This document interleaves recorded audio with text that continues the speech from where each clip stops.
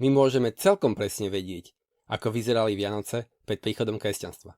Dokonca pred narodením Krista. Tak, a je to tu. Chcete vedieť, ako vyzerali Vianoce pôvodne? Dozviete sa to. A bude vám jasné, že je to presne tak. Vítajte. Prečo máme na Vianoce také zvyky, aké máme? A prečo ich slávime vtedy, keď ich slávime? A prečo ich vôbec slávime? A sú naše zvyky rovnaké, ako boli v dávnej minulosti? Keby mi niekto povedal, že na tieto otázky môžeme poznať odpoveď, pomyslel by som si, môžeme o tom najvyššie tak niečo tušiť. Môžeme si vytvoriť nejakú predstavu. Ale asi nikdy sa na nej nezhodneme. Lebo jednoducho nepoznáme, ako to bolo predtým. Nemáme o tom správy. Nemáme nič, čo by predchádzalo kresťanstvo. A povedzme si úprimne, tento sviatok je nejako podozrivo blízko zimnému slnovratu a ten musel byť významný už v predkresťanských časoch. Ale ako ho ľudia slávili? Ako ho vnímali? Prešlo niečo z ich dávnych zvykov do dnešnej podoby Vianoc? Alebo sú Vianoce tak, ako ich poznáme, založené čisto na kresťanstve? Ak by to tak bolo, tak by sme na Vianoce robili to, čo má z hľadiska kresťanstva význam. Čo je zrozumiteľné.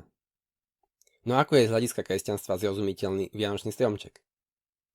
Aký má z hľadiska kresťanstva význam kapusnica s udeným mäsom a klobásou na pôstny deň? A vôbec, kde v Biblii sa píše, že sa Ježiš narodil v tomto dátume? Nepíše sa to nikde. Práve naopak. Samotní kresťanskí bádatelia poukazujú na indície, ktoré naznačujú, že sa Ježiš narodil v celkom inom mesiaci ako december. Preto sa zdá, že Vianoce, tak ako ich poznáme, nesú v sebe prvky, ktoré nevychádzajú z kresťanstva. A je teda dosť možné, že pochádzajú z čias pred príchodom kresťanstva. Tak by sa o tom dalo uvažovať a bola by to len jedna z mnohých úvah na túto tému. Ale ja vám poviem to, čomu by som pred 2 rokmi neveril ani ja sám. My môžeme celkom presne vedieť, ako vyzerali Vianoce pred príchodom kresťanstva. Dokonca pred narodením Krista. Ba priam dokonca 1000 ročia pred jeho narodením. Nepreháňam. Vianoce siahajú približne 10 000 rokov do minulosti. Presne na 1000 ročie vám to nepoviem, a zhruba niekde tam. Ako to môžeme vedieť? Zachovalo sa nám všetko podstatné. Máme všetko, čo potrebujeme na to, aby sme Vianoce plne pochopili. Veľká časť toho je dokonca u nás doma. V slovenskej kultúre. Takmer nič iné na to nepotrebujeme. A ten zvyšok? Ten existuje v Južnej Indii, vo zvykoch tamilského národa dodnes. A verte alebo neverte, vlastne neverte. Vypočujte si a preverujte si. Vianoce, tak ako ich poznáme, pozostávajú z 2 zložiek. Sú to 2 sviatky, ktoré sa spojili do jedného. Možno si poviete, jasné, kresťanské a predkresťanské. Nie. 2 predkresťanské. 2 dávne sviatky, jeden, ktorý sa dodnes slávi v Tamil Nadu, zemi Tamilcov, krátko pred zimným slnovratom, a druhý, samotný zimný slnovrat. K tomu prvému patrí stromček, sviečky na stromčeku, zvonec, salónky. Áno, salónky. To nie sú cukríky zo salónika. Pravdepodobne sem patrí obdarovávanie, ale jedlom. Štedrá večera, bobalky, známe tiež pod menom opekance. To všetko sa dá vysvetliť cez ten tamilský sviatok, pokiaľ mu porozumieme. Tiež to vysvetľuje, prečo si ľudia kedysi vešali stromček nad štedrovečerný stôl. A to dokonca naopak, špičkou dole, kmeňom hore. Takto predsa poznáme zo zachytenej histórie. Takto robili ešte v podstate donedávna. Prešterom, keď si uvedomíme tie 1000 ročia, čo sa tento sviatok slávi. No a do tej druhej časti patrí všetko ostatné. My sa dnes pozrieme na túto druhú časť, lebo jej vieme porozumieť z toho, čo tu máme k dispozícii. Lebo sa zdá, že to zatiaľ nikto neurobil. Nikto nedal dohromady to, čo vieme. To podstatné. To, čo sa viaže k zimnému slnovratu. Bez rozptýľovania sa vianočným stromčekom. Tú prvú časť Vianoc, tú prvú zložku, dnes necháme tak. Na to, aby sme to pochopili, potrebujeme pochopiť ten tamilský sviatok. Tamilský sviatok v rámci tamilskej kultúry. Bez uvažovania o slovenskej kultúre. Našťastie to niekto urobil za nás. nikto tamilskej národnosti. Kto pritom vôbec neuvažoval o Slovensku. No keď zoberieme jeho závery a porovnáme to s našimi Vianocami, zistíme šokujúcu zhodu. Aby to nebolo len fantastické konštatovanie, musíme sa najprv ponoriť do tamilskej kultúry. Do prvej kultúry ľudstva. Do kultúry, z ktorej všetky ostatné kultúry vychádzajú. Až potom uvidíme, o čom je tento sviatok. A nebudeme mať o tom žiadne pochybnosti. Lebo je to úplne jasné a logické. Očakávateľné. Vlastne nič prekvapivé. Do toho dnes nepôjdeme. My sa sústredíme na ten zimný slnovrat, lebo tu máme v podstate všetko, čo potrebujeme. Povedal som, že to ešte nikto nerozlúštil. Prečo? Lebo sa nechávame niečím pomýliť. Mne trvalo tak mesiac až 2, odkedy som získal základnú indíciu, kým mi to došlo. To, čo nás mýli, je to, že my čakáme, že jeden sviatok je jeden sviatok. A tiež, že jeden sviatok je len jeden sviatok. Vianoce, tak ako ich poznáme, sú 2 sviatky splynuté dohromady. A čo je vážnejšie, pôvodný sviatok zimného slnovratu je rozdelený na viac častí. V podstate na 2. V dnešnej dobe už 3. Vlastne dokonca 4. 4 rôzne dni v kalendári zodpovedajú tomu istému sviatku, zimnému slnovratu. A ani jeden z nich nepripadá na deň zimného slnovratu. Jednoducho, pôvodný sviatok zimného slnovratu je rozbitý na kusy a porozhadzovaný okolo zimného slnovratu, pričom ani jeden kúsok neostal na tomto dátume. Všetko to pre mňa začalo zistením, že slovo, ktoré označovalo Vianoce, presnejšie zimný slnovrat, znelo lúč. Chcem sa s vami podeliť o toto dobrodružstvo, tak ako som ho zažil. Preto budem sledovať tú istú niť úvah. Dôkazy prídu priebežne, tak ako budeme pátrať po stopách, ktoré sa budú objavovať. Teda vychutnajte si to. Nepovažujte tok myšlienok a indícií za logické odvodenie. Sú to len stopy, ktoré nás privedú k dôkazom, keď ich budeme nasledovať. Najprv mi to nedávalo zmysel.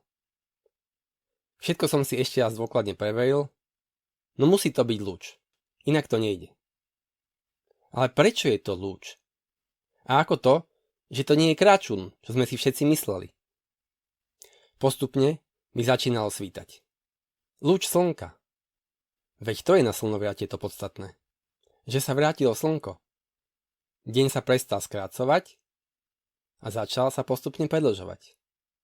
Východy a západy slnka prestali postupovať ďalej na juh, zastavili sa a začnú postupovať na sever. Slnko sa vracia. Slnko sa vrátilo. Zasvietili lúče slnovratového slnka. Lúče slnka. Lúč. No, to je síce pekná úvaha, ale čo s tým? Ako vieme, že to takto bolo naozaj vnímané? Zachovalo sa nám to? Nie. Počkajte. Ale veď tu predsa je jeden sviatok. 13. decembra. Lucia. Lúč. A len asi 8 dní pred slnovratom. Lucia. Nie je to z latinčiny? Lux, lucis sú latinské slová, ktoré znamenajú deň, život, svetlo, denné svetlo, svet. A slovník nám hovorí, že výraz prima luce, prima luce, znamená na svítaní. Čo by to tak v tej latine mohlo znamenať? Prima je prvé, takže čo? Prvý deň? Prvý život? Prvé svetlo? Prvé denné svetlo? Či prvý svet? Alebo prvé lúče? Prima luce. Prvé lúče. Tomu rozumieme. Pre úplnosť a preto, aby sme videli, že to s tou tamilčinou treba brať vážne, uvedieme, že toto slovo pochádza z tamilských slov ilakam, ilanku, ilaku. Význam je tu svetlo, vyžarovať lúče, lesknúť, trblietať. Teda je to laku, luku, luču. Ono je to primárne o tých lúčoch a o tom záblesku. Takto to vníma aj tamilský slovník. Význam svetlo je skôr odvodené. Poďme sa mi ale pozrieť na sviatok samotný. Čo sa robí na Luciu? Tu sa dozvedáme. V našich tradíciách je Lucia tajomná bytosť. Ešte v 20. storočí chodili po našich dedinách a mestičkách bielo odené ženy, ľudsky. Tvár mali zakrytú maskou alebo pomúčenú, aby ich nik nespoznal.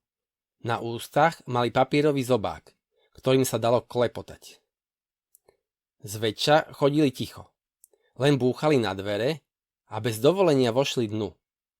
Husím krídlom omietli steny, štietkou ich obielili a tým symbolicky vyhnali zlo z domov. Bielo odené ženy, ľudsky. Pomúčenú tvár. Zobák. Chodili ticho. Bez dovolenia vošli dnu. Omietli steny. Obielili ich. Chápete to? Dáva to zmysel? Keď si uvedomíme, že rozprávame o slnovrate? Ženy, ľudsky, sú odené v bielom. Svetlo je biele. Pomúčená tvár je biela. To je súčasť odevu. Zobák je ostrý ako lúče slnka. Prídu potichu. Zabúchajú na dvere tým zobákom, tým ostrým lúčom svetla. A bez dovolenia vojdu dnu. Slnko si nepýta povolenie. Vstúpi a rozžiari steny na bielo. Veď tie ľudsky hrajú lúče slnka. To je ako divadlo. A robia to v každom dome. V každom dome zahrajú tú istú scénu. To môže znamenať len jedno. Každému oznamujú, že je tu slnko. Ale prečo? Veď slnko je tu každý deň. Lenže tu je výnimočný deň. Výnimočné slnko. Výnimočné lúče slnka. Slnovratové lúče. Slnko sa vrátilo. Ľudia, vedzte všetci, že sa vrátilo slnko. Obdobie skracovania dní a smútku skončilo. Slnko je späť a vstúpilo do našich domov, aby ich rozjasnilo. Absolútne suverénne, bez pýtania si povolenia. Krásne. Mali by sme v tomto zvyku pokračovať. Ale malo by sa to diať hneď ráno, po slnovrate. Hneď ako sa zatrblietajú prvé lúče slnovratového slnka. Teda pravdepodobne 22. decembra. Ale prečo to robíme 13. decembra? Lucia sa slávi nielen u nás, ale po celej Európe. Od juhu Talianska až po Škandináviu. Až za polárnym kruhom. To samo o sebe svedčí o význame tohto sviatku. Zvyky sú však jednoduchšie ako u nás. Tam ženy v bielom len chodia so sviečkami. Lúče, svetlo, sviečky. Robia len procesiu. Nevstupujú do domov. U nás, keď vstupujú do domov, tiež musia medzi nimi chodiť. Takže tiež vlastne robia procesiu. Takže ten západňarský zvyk je vlastne len zjednodušený. Možno im vadilo vstupovanie do domov bez povolenia. Dôkaz nášho doterajšieho zistenia však nájdeme v Škandinávii. Píše sa o tom rovno tu, na Wikipédii. V Škandinávii až do polovice 18. storočia bol tento dátum najdlhšou nocou v roku. Zhodoval sa so zimným slnovratom, pretože sa v tom čase používal juliánsky kalendár. To isté možno vidieť v básni, tu je názov, od anglického básnika Johna Donna. Aj keď to neplatí pre náš súčasný gregoriánsky kalendár, v juliánskom kalendári by v 14. storočí bola odchýlka 8 dní, čo viedlo k tomu, že zimný slnovrat pripadol na 13. decembra. Pri pôvodnom prijatí gregoriánskeho kalendára v 16. storočí bol rozdiel 10 dní a zvýšil sa na 11 dní v 18. storočí, keď Škandinávia prijala nový kalendár, pričom zimný slnovrat pripadol na 9. decembra. Chápete? Lucia bol pôvodne zimný slnovrat. V 14. storočí to vychádzalo na 13. decembra. Juliánsky kalendár sa posúva oproti slnečnému roku každých 100 rokov asi o 3/4 dňa. Takže niekde v 15. storočí už bol zimný slnovrat 12. decembra. Sviatok Lucie ale ostal zafixovaný na 13. decembra. Každých trochu viac ako 100 rokov pripadol zimný slnovrat na deň skôr. Potom niekedy nastal prechod na gregoriánsky kalendár, čo nie len zafixovalo slnovrat na konkrétny dátum, ale došlo aj k nejakému prepočtu juliánskeho dátumu na gregoriánsky. Tým sa zimný slnovrat zafixoval na 21. december, tak ako to poznáme dodnes. No lenže sviatok Lucia ostal na dátume 13. december bez spojenia so slnovratom. Čiže to znamená, že celý tento problém nastal niekedy v 14. storočí, keď nejaká autorita na kalendár, teda cirkev, zafixovala sviatok Lucia na 13. december. Dovtedy to muselo byť tak, že Lucia pripadala vždy na slnovrat bez ohľadu na dátum. Tak, čiže máme pravdu. Lucia, lúč, je zimný slnovrat a naše zvyky na tento sviatok sú o tom, že oznamujeme všetkým, že sa slnko vrátilo. Teda presnejšie oznamujú to tie ženy, ľudsky. Našťastie v Škandinávii sa informácia o tom, že Lucia je zimný slnovrat zachovala. A u nás sa nezachovala? Ale veď my máme pranostiky a tie nám hovoria zaujímavé tvrdenia. Svätá Lucia noci upije, ale dňa nepridá. To znamená, že Lucia skráti noc, ale dňa to veľmi nepridá. Teda nebude to veľa. To sa ale prvýkrát stane na zimný slnovrat. Od tohto momentu sa budú noci skrácovať a dni predĺžovať. Tiež, svätá Lucia ukazuje svoju moc, lebo prináša najdlhšiu noc. Slnovrat. Najdlhšia noc je na slnovrat. A do tretice, keď príde Lucia, nájde ju už zima. Zima začína zimným slnovratom. Keď príde Lucia, zimný slnovrat, nastane zima. Slnovrat. Vlastne nasledujúci deň, nie?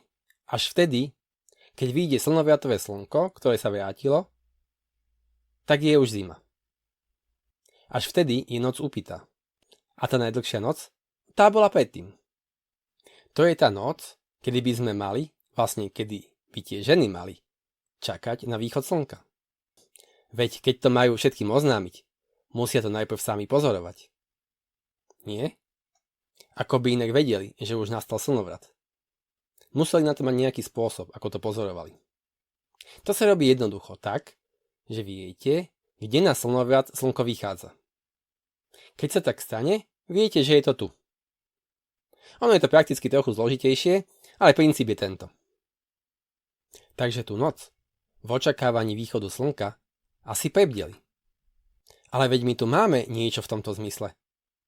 Existuje slovo vigília, odvodené od latinského slova vigil, znamenajúceho bdeli. Teda vigília je bdenie. To je večer a noc, predchádzajúca nejaký významný sviatok. Takéto vysvetlenie dostávame v rámci kresťanstva. Vigília je štedrý večer. My tu ale vidíme prakticky dôvod tohto zvyku. Musíme prebdieť noc, aby sme mohli pozorovať to, čo chceme oznámiť všetkým v dedine. Tak, a teraz sa dostávame k niečomu, čo by ste nečakali.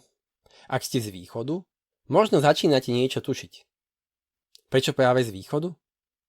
Lebo tam sa nepoužíva pojem vigília, ale iné slovo, ktoré pochádza zo slova vigília a to vzniklo zo slova vigil.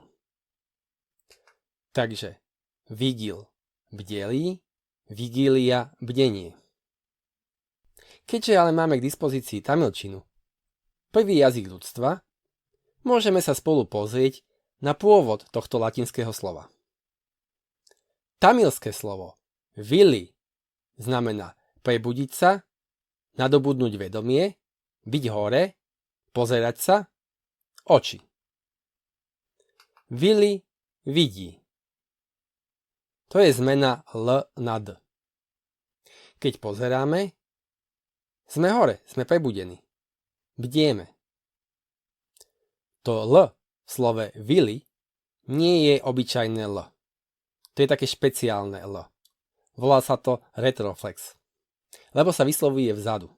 Ako by ste to L spolu aj s celým jazykom chceli zhltnúť. R. Tam sa vyslovuje aj G. Skúste si to. G. Skúste ísť vysloviť G, ale nevyslovte ho. Namiesto toho vyslovte L. Gl. R. Alebo viete čo? Vyslovte aj to G. Gl. A skúsme to s celým slovom. Vigli. Vigil. A sme v latinčine. A teraz sa môžeme vrátiť k tomu východnianskému slovu pre vigíliu, pre štedrý večer. Na východe sa nehovorí vigília, ale vilia. A už chápeme, že slovo vilia pochádza priamo z tamilského vili a nie z latinského vigil. Vili plus ia je vilia. To tamilské písmeno sa nevyslovuje celkom ako zhltnuté L, ale skôr ako zhltnuté L. Vili. Čiže vilia je úplne perfektné. Žiadna zmena oproti tamilčine. Len to L nehltáme. Čiže nie je to skomolenina slova vigília. Len je to slovo rovnakého pôvodu. Pritom vilia je vlastne to pôvodné slovo. Toto slovo a ani tento sviatok neprišiel s kresťanstvom, ani s latinčinou. To je starý, pôvodný názov, predkresťanský názov. Už vám to došlo? Nikdy nezabudnem na ten moment, keď som to prvýkrát počul. Ja som z východu, ale doma sme hovorili s písomnou slovenčinou. Pre mňa to boli proste Vianoce. Potom prišiel, to ešte doma, ten zvláštny pojem štedrý večer. To sa dalo pochopiť. Dostávame darčeky, tak je to štedrý večer. Ale viete, čo mi preletelo hlavou, keď sme raz boli u babky a tá povedala: dnes je vilia. Dochádza vám to? My v šarištine nemáme dlžne. My si s dlžňou nič nerobíme. Ak to rytmika reči potrebuje, tak môžeme samohlásku vysloviť aj dlho, ale obyčajne ich vyslovujeme krátko. Nie sme na dlžne vôbec citliví. A je jedno, že sme doma rozprávali s písomnou slovenčinou. Dlžne si na východe nevšímame. Aj keď teraz už viem, že to nie je starobile. Dlžne sú starobile. Aj tamilčina má dlžne, aj latina má dlžne. No šariština ich nemá. Už viete, aká otázka mi preletela hlavou, keď som prvýkrát počul slovo vilia? A myslím, že som sa to aj spýtal. A dostal som odpoveď, že nie. Ale teraz, po vyše 35 rokoch, si myslím, že odpoveď mala byť áno. Už to chápete? Tak sa vráťme k tým ženám, ľudskám, ktoré oznamujú návrat slnka. Noc predtým musia prebdieť v očakávaní východu slnka, slnovratového slnka. Myslíte, že to môžu pozorovať z okna? Oni musia ísť niekam von, odkiaľ to bude vidno. Najlepšie na nejaké vyvýšené miesto, niekde, kde nie sú stromy, aby bol dobrý výhľad. Keď vyjde slnko, myslíte, že pôjdu domov sa prezliecť do kostýmu ľudsky? A stretli by sa potom na obed, nie? Nepôjdu sa prezliekať. Obliekli sa už predtým. Takže tú noc sú niekde vonku, na čistínke v lese. V bielých šatách. Tie potrebujú ako ľudsky. Je noc, je tma, je december, je zima.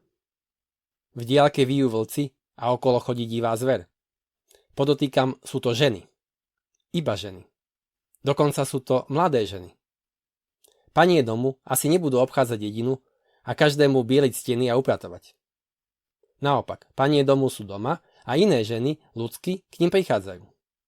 Čiže ľudsky musia byť len slobodné dievčatá.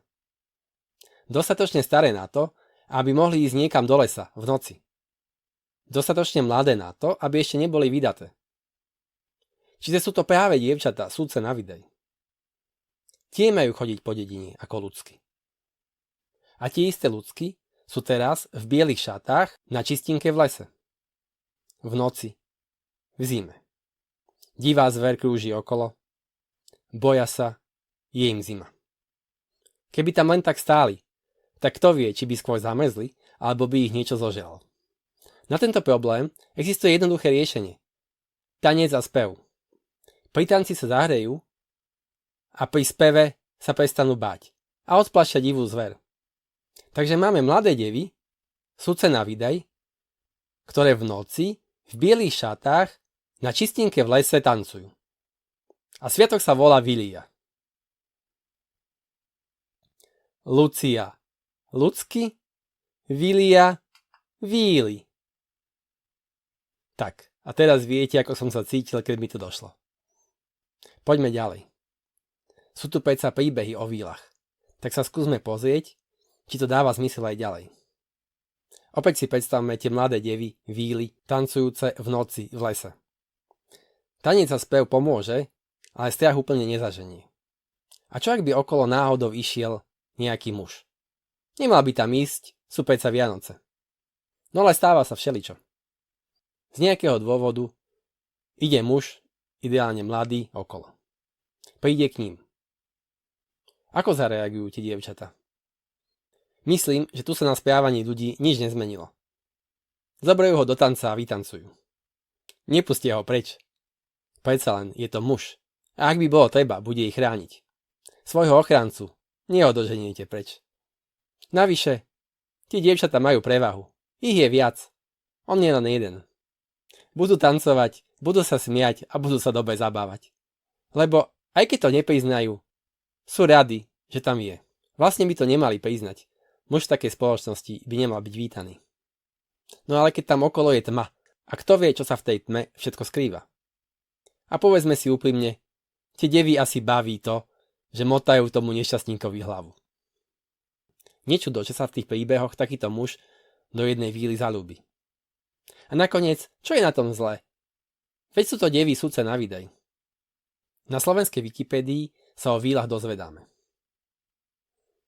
Časté sú príbehy o manželstve mužov s vílami. Víly sú dobré manželky a matky, ale muž im nesmie pripomenúť ich pôvod, inak odídu. Takže víly sú dobré manželky a matky. Jasné, veď sú to dievčatá súdce na výdaj. Dodržiavajúce zvyky. Sú to mladé ženy, ktoré dokážu splniť dôležitú spoločenskú úlohu, ktorá im bola zverená. Pozorovať východ slnovratového slnka a oznámiť to celej dedine. Predviesť sa pri vymetení kútov v každom dome aj u svojich budúcich svokrovcov. Vlastne si to tam môžu prezrieť. Tie dievčatá si vlastne prehliadnú všetky domy v dedine. To môže byť užitočné pri výbere ženicha. Však dáva to zmysel. Dá sa oženiť s vílou a mať s ňou deti. To je vlastne tá najlepšia možnosť. Z toho je jasné, že to nie je žiadna mytická bytosť. Iný živočíšny druh. Mimochodom, všimli ste si, že neexistuje mužská varianta víl? Vždy sú to ženy. Čo je to za živočíšny druh, že má len samičky a nemá samcov? Keď si prečítate Wikipédiu o vílach, máte pocit, že sú snad zaradené do živočíšnej nomenklatúry, ako nejaký nový živočíšny druh. Nie, milí vedci, nie je to živočíšny druh, ani mytická bytosť. Je to festivalová rola. Takisto ako ľudská. Prečo im ale nesmieme pripomenúť ich pôvod? Prečo nesmieme povedať, že sú to víly? To sa urazia a odídu? Nuž, a tuto začína byť smutné. Vráťme sa trochu späť. Víla a ľudská je tá istá mladá žena.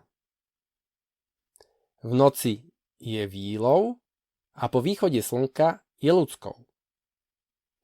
Ľudsky poznáme dodnes. Na víly sme zabudli. Prečo? Sviatok Lucia má ale ešte jednu stránku. Počuli ste už, že na Luciu môžete vidieť bosorky? Je predpísané, čo máte urobiť, a keď to urobíte, tak vraj uvidíte bosorky. Uvidíte, ktorá žena je bosorka. Čo má Lucia s bosorkami? Odpoveď je jednoduchá. Ľudsky sú víly. Takže na Luciu môžete vidieť bosorky. Sú to tie ľudsky. Ľudsky to priamo nie sú, lebo veď to nie je žiadne bosoráctvo chodiť zametať po dedine. Mladé ženy upratujú o susedov. Nemôže na to nikto nič zlé povedať. Táto tradícia sa nedá zakázať. Na tom nie je nič zlé. Dievčatá upratujú, všetci sa tešia. Ale aby mladé dievčatá chodili sami do lesa, tancovali tam a spievali, určite tam robia nejaké bosoráctva. Víly sú tie bosorky. A ak chcete vedieť, ktoré to sú, stačí, ak si všimnete na Luciu. Tie ľudsky boli ešte pred chvíľou vílami a tancovali v lese. A keď máte to šťastie, že sa v kresťanskej dobe oženíte s vílou, teda so ženou, ktorá dodržiava staré tradície, určite to bude vynikajúca manželka a matka. Len to pre Boha nikomu neprezrate. Upália ju. A tak z našich životov zmizli víly. Zakázali ich. Ale nie je všetkým dňom koniec. Pochopili sme celý slnoviatový sviatok. Vieme presne, ako to má prebiehať. Najprv je Vília, potom je Lucia. 21. decembra večer je teda Vília. Alebo Vília, ak chcete. Z dôvodov, ktoré sme si nepovedali, ale je možné ich plne pochopiť, sa práve tu odohráva všetko to, čo sa na Víliu, štedrý večer, odohrávať má. Stromček, sviečky, zvonec, spoločná večera, bobalky, darčeky, asi pôvodne len jedlo. Potom sa mladé ženy súce na výdaj výstroja a idú spolu na čistinku do lesa. Tam tancujú celú noc a čakajú na východ slnka. Hneď ako sa tak stane, teda 22. decembra ráno, idú naspäť do dediny a klopú na každé dvere. Vchádzajú bez dovolenia a v tichosti omietajú a bielia steny. Potom v tichosti odchádzajú do ďalšieho domu. A čo robia cez tieto sviatky muži? Samozrejme, mladí, slobodní muži. To predsa tiež vieme. Chodia od domu k domu a spievajú koledy. Okolo celej dediny, cez každý dom. Je to taký okruh. Kolo, koleda. Otázne je akurát, či to má byť 21. alebo 22. decembra. Ale vzhľadom na to, že sa v koledách, samozrejme v kresťanských verziách, spieva o tom, že sa tak už stalo, narodil sa, tak dalo by sa z toho vyvodiť, že to patrí na 22. decembra. Niekedy potom, čo ľudskí skončia svoju prácu. A tak sa tu na pozadí tohto sviatku stane ešte jedna vec. Všetci v dedine spoznajú dievčata na výdaj a mládencov na ženenie. Oni sa vlastne predstavia v každom dome. A zároveň si devy prezrú každý dom znútra. A mládenci vyskúšajú pohostinnosť každého domu. Dobrý spôsob, ako sa oboznámiť so situáciou, nie? Uvidíte pri ďalších sviatkoch, že tento motív tam bude vždy. Najprv je skrytý, Vianoce o tom zdanlivo nie sú, ale postupne, ako rok pokračuje ďalej, to bude viac a viac práve o tomto. Dalo by sa toho ešte veľa o tomto sviatku povedať. Kresťania majú zaujímavú legendu o svätej Lucii. V tej je vlastne rovno povedané, čo sa tu stalo. Samozrejme, je to povedané skryte, šifrovane. Keď tú legendu beriete doslova, je to úplný nezmysel. Ale ak pochopíte symboliku, čo nie je vôbec ťažké, tak vám o tom, ako sa stalo, že tento sviatok skončil takto rozbitý, povie celú pravdu rovno do očí. Rovno do očí. Kedy sa to stalo? Je jasné, v 14. storočí. Vtedy zafixovali Luciu na 13. december. A to bol o 100 rokov neskôr, keď si ľudia prvýkrát uvedomili problém, ten nasledujúci deň.